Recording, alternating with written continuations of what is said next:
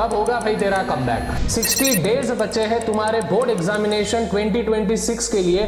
इस road map से भैया ने जो हमको बता रहे हैं उससे हमारे 95% आएंगे। तो आपको मैं एक चीज बताऊं, ऐसा नहीं होने वाला है। कि क्या 95% अभी भी आ सकता है? देखो आ सकता है, लेकिन बस एक चीज है स्टूडेंट्स की 6 घंटे का इंटेंस स्टडी आपको चाहिए। अगर बीच में थोड़ा सा भी डिस्ट्रैक्शन आ गया तो मुश्किल है।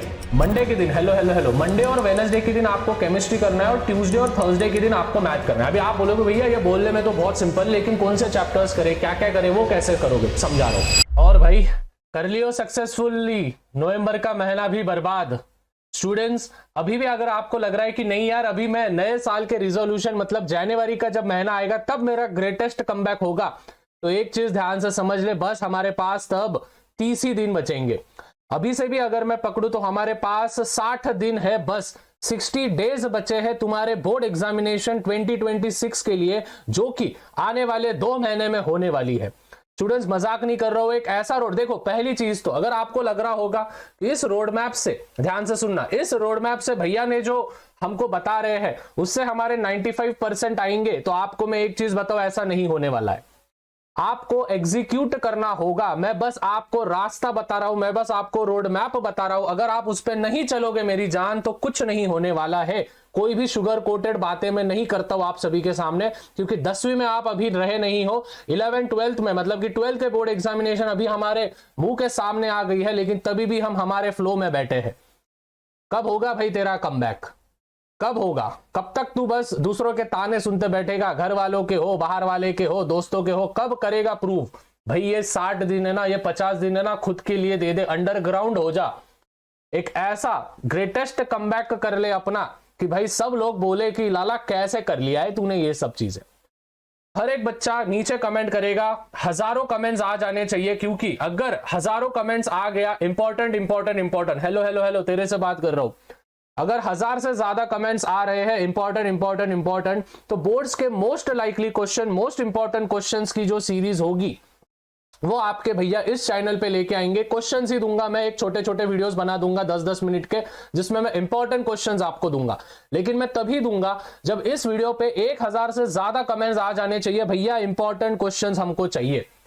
भैया हमको बता दो, जैसे आपने 10वीं में हमारी मदद की थी उसी प्रकार से 12वीं में भी अभी आप हमको 1000 कमेंट्स के साथ मुझे बता देना है कि आपको इंपॉर्टेंट क्वेश्चन चाहिए या नहीं।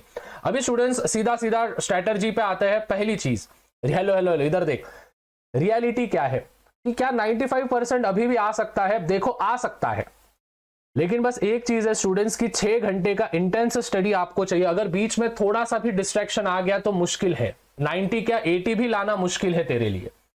उसके बाद क्राइटेरिया क्या है? सबसे पहली चीज स्टूडेंट्स, एक चीज ध्यान में रखना, सीईटी एग्जामिनेशन में आपको 135 मार्क्स चाहिए आउट ऑफ 300, पीसीएम ग्रुप हो, पीसीबी ग्रुप हो।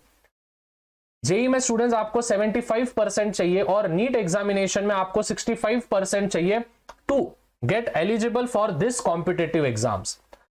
तो इसका अर्थ साफ साफ है स्टूडेंट्स की बोर्ड्स एग्जामिनेशन हमारे लिए इंपॉर्टेंट होगी। अभी आप बोलोगे नहीं भैया हमारे तो गांव का कॉलेज है, हमारा फलाना है ठिकाना है, भाई क्या पता उधर तेरे को सब चीजें प्रोवाइड होगी नहीं होगी, ठीक है। मेरे को भी मालूम है तुम्हारे अंदर दिमाग में क्या चल रहा है। मेजोरिटी ऑफ द स्टूडेंट्स गांव का कॉलेज ले लेते और उनको लगता है भाई सब हो जाएगा, ऐसा नहीं होता है। थोड़ा तो पढ़ के जाना पड़ेगा, कुछ तो करके जाना पड़ेगा, उनके भरोसे पे नहीं रह सकता है। और इस बार के चेकिंग्स, इस बार के जो भी बोर्ड एग्जामिनेशन है वो बहुत ज्यादा स्ट्रिक्टली होने वाले हैं। मैं पहले ही बता दूं आपको, मैं कोई ऐसा फलाना ठिकाना कोई भी चीज बोलता नहीं हूं। इस बार के बोर्ड एग्जामिनेशन थोड़ा स्ट्रिक्टली चेक होगा।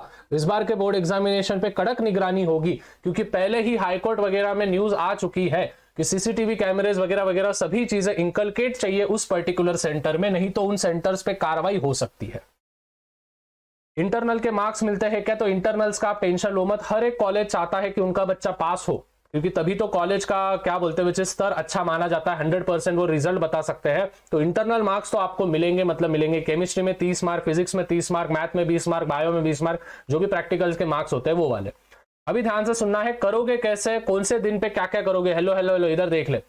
सबसे पहले तो 6 घंटे का इंटेंस स्टडी तेरे को करना है और 3 स्लॉट्स बना लो 2-2 घंटे के। 2-2 घंटे के 3 स्लॉट्स बनाना बहुत आवश्यक है। अगर 2-2 घंटे के आप 3 स्लॉट्स नहीं बनाओगे तो मुश्किल है। अभी सबसे पहली चीज की रोड मैप क्या है। देखो दिसंबर का अगर महीना है, अगर मैं आपके जगह होता और दिसंबर और जैन मेरे पास है, और फरवरी का मेरे पास 10 दिन बचेंगे, उसमें बीच में प्रैक्टिकल्स वगैरह होंगे, 10-15 दिन उसमें जाएंगे, तो 2 महीने मोटा मोटा पकड़ लो और 50 दिन पकड़ लो। तो मैं अभी तो ये सोचूंगा कि मेरे को कौन सा एग्जामिनेशन मेरे को देना है। तो अगर जेई देना है तो 75% चाहिए, हेलो, सीईटी देना है तो 135 मार्क्स चाहिए, और नीट देना है तो मेरे को 65% चाहिए। तो मैं उस अनुसार पढ़ाई करूंगा। सबसे मेन चीज, दिसंबर के महीने में मैं 2 सब्जेक्ट्स कोई भी परफेक्ट करने की कोशिश करूंगा।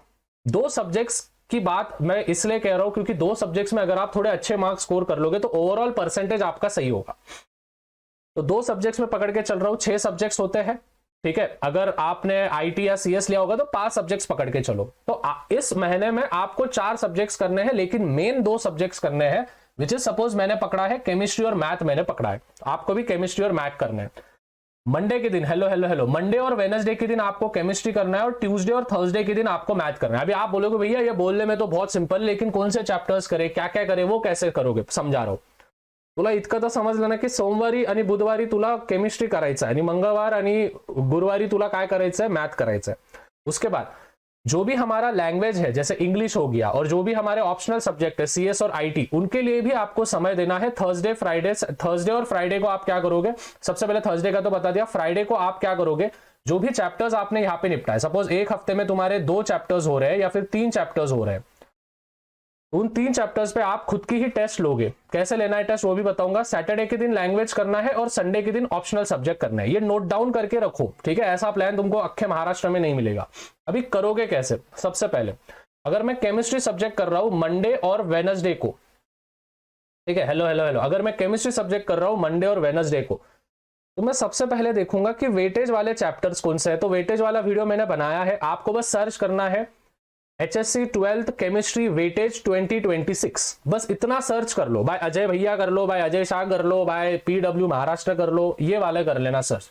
तो आपको वेटेज वाले चैप्टर्स मिलेंगे, जिसमें से 16 चैप्टर्स में से, मैं मजाक नहीं कर रहा हूं, 16 चैप्टर्स में से 8 चैप्टर भी आपने परफेक्ट कर लिया, तो जो तुम्हारा 98 मार्क का पेपर होता है, विथ ऑप्शन 98 होता है, गिराने आपको 70 होते हैं, तो आप आराम से स्टूडेंट्स 50 प्लस मार्क आप गिरा सकते हो, मतलब 70 में से 50 मार्क आप गिरा सकते हो, जो कि एक डिसेंट से ऊपर स्कोर होता है। तो वेटेज वाले करोगे, फिर उसके बाद आपको एक्सरसाइज पे जाना है। जैसे ही आप वेटेज वाला करोगे, फिर उसके बाद आपको किस पे जाना है, विच इज एक्सरसाइज पे। जैसे ही एक्सरसाइज हो गया स्टूडेंट्स, आपको फिर तुरंत किस पे मूव होना है, विच इज हमारे PYQs पे। एक्सरसाइज जैसे ही हो गया, देखो एक्सरसाइज होने के बाद PYQ पे इसलिए जाना है क्योंकि तुमको समझ में आता है कि क्वेश्चंस कहां से आ रहे हैं, कैसे आ रहे हैं और किस तरीके से पूछे जा रहे हैं। तो 2019 से लेके तो 2025 तक के पूरे PYQ, अगर आपको PYQs चाहिए तो भाई वो भी कमेंट कर देना। देखो 1000 कमेंट्स मैंने बोले हैं इंपॉर्टेंट वाले, तो एक काम करना, इंपॉर्टेंट ही कमेंट कर देना। 1000 से ज्यादा जैसे ही कमेंट्स हो जाएंगे तो मैं कुछ इंपॉर्टेंट क्वेश्चंस की सीरीज इस पर्टिकुलर चैनल पे लेके आऊंगा कि इंपॉर्टेंट क्वेश्चंस मैं दे रहा हूं आपको केमिस्ट्री के वगैरह वगैरह, और बाकी के फैकल्टीज को कहते हैं मैथ्स, फिजिक्स वगैरह वगैरह भी दे दूंगा, केमिस्ट्री के मैं दे दूंगा। फिर उसके बाद सैंपल पेपर्स आपको सॉल्व करना है। सैंपल पेपर से क्या होता है, जैसे आप टेस्ट लोगे, आपका फ्राइडे के दिन आप टेस्ट लोगे, तो खुद को समझ में आएगा कि हाँ भाई चैप्टर वाइज टेस्ट लेनी, 3 चैप्टर्स हो गए तो 3 चैप्टर्स में से कोई भी आपने रैंडमली बोला कि हाँ ये क्वेश्चंस मेरे को करना है, बिना देखे लिख लिए हो या फिर बिना देखे विच इज आंसर दे दिए हो किसी को, तो वो वाला।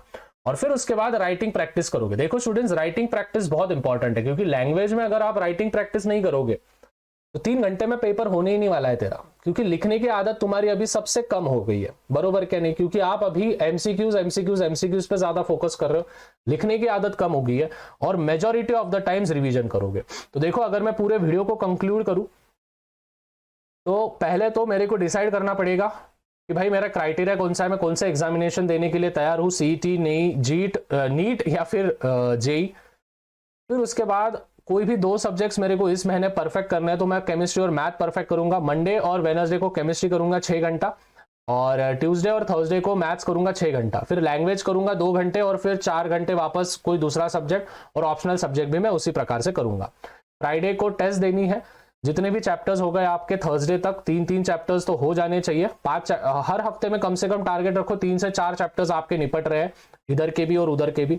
उस पर टेस्ट देना है, समझना है कितने हुए हैं। अभी आप बोलोगे भैया कौन से चैप्टर्स करने हैं, तो you have to do the weightage वाले चैप्टर्स फर्स्ट। पहले वेटेज वाले चैप्टर्स करो, फिर एक्सरसाइज क्वेश्चन पे जाओ, मतलब वेटेज चैप्टर्स के एक्सरसाइज क्वेश्चंस पे, फिर PYQs में कौन से क्वेश्चंस पूछे गए हैं, फिर सैंपल पेपर्स मतलब कि टेस्ट से एनालाइज करो, लिखने की प्रैक्टिस करो और रिवीजन करो। अगर आप इतना करोगे स्टूडेंट्स, तो मजाक नहीं कर रहा हूं, आराम से आप 75% के ऊपर आप आराम से चले जाओगे। और अगर बहुत ही अच्छे से आपने किया तो 85 प्लस या फिर 90 भी परसेंटेज आप आराम से क्रॉस कर सकते हो। मैं 75 इसलिए लिखा हूं क्योंकि हर बच्चे को 75 के ऊपर जाना ही जाना है।